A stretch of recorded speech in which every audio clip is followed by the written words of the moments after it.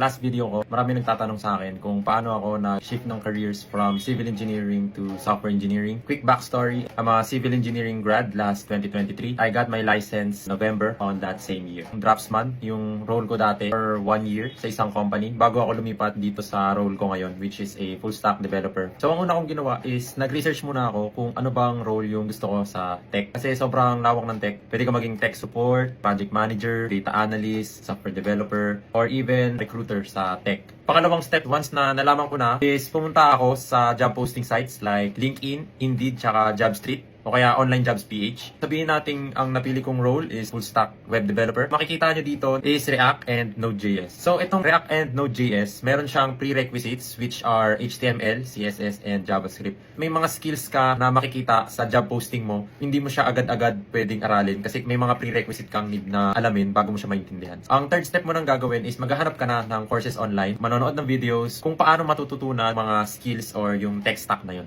Basically, maging self-taught kayo kasi sa work, lalo na sa job market ngayon, wala na silang time mag-train sa'yo. And the more na pinapakita mong di mo kaya matuto mag-isa, the more na i-overlook ka ng mga employers. Sabihin na natin nakapili ka na ng role, nakahanap ka na rin ng courses or like ng materials online kung paano matutunan yung skills na nakita mo. Pangapat na step is pag-schedule. Bali, after work, nag-alat ako ng 2 hours every day for 6 times per week. Study time ko nun is from Monday to Saturday. 2 hours yun and consistent lang. Hindi ako tumatagal ng more than 3 hours sa isang araw kasi hindi na siya na-absorb ng utak ko. Tip here is gumawa kayo ng schedule nyo na nakikita nyo sa sarili nyo kung magagawa mo ba siya for a very long time. Took me 8 months of studying bago ako nag-start maghanap ng work. Last step, once na dumating sa point na confident ka na sa mga inaral mo at sa mga sinasabayan mong tutorials, gumawa ka ng projects para ma-apply mo lahat ng natutunan mo and at the same time, magkaroon ng portfolio. Yun yung isa sa mga tool na nakatulong sa akin para makahanap or mag-stand out sa employers. Ayun lang guys, sana may natutunan kayo. Follow nyo ako, magpo-post pa ako ng video sa future. Just comment down below kung ano yung mga tanong nyo para ma-address natin yan sa mga upcoming uploads natin.